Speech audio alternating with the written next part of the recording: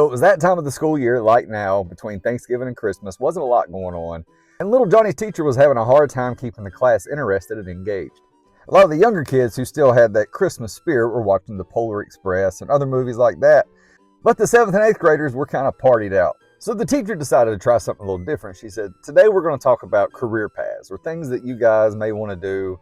As you start into high school, you're going to have to be thinking about what you want to do with your life and what interests you. And then when you plan your classes in high school, it'll be around what you plan on doing. So the teacher said, we're going to go around the room and you tell me about what you're interested in and the jobs you think you might like. Well, the first little girl was like, well, both of my parents have worked in the dental world. She said, my mom was an orthodontist. My dad was a dentist. She said, I love dental stuff. So pretty much been decided that I'm going to be a dentist. The teacher said, hey, there's nothing wrong with that. So you got that kind of opportunity and people that are helping you out and help you get there. They go on the next girl. She said, well, both of my parents sell art for a living.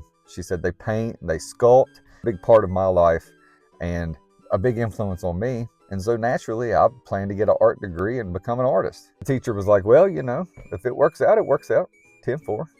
Next, the little boy spoke up. He said, I love music. He's in music my whole life. He said, I really love the piano.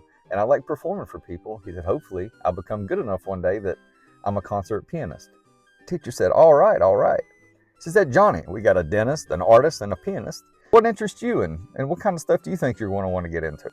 He said, well, Teach, we love horsepower. Anything with wheels. He said, we're taking it out there in the yard and we're doing laps with it. He said, pretty much my whole life I've loved racing, so I reckon I'm going to be a racist.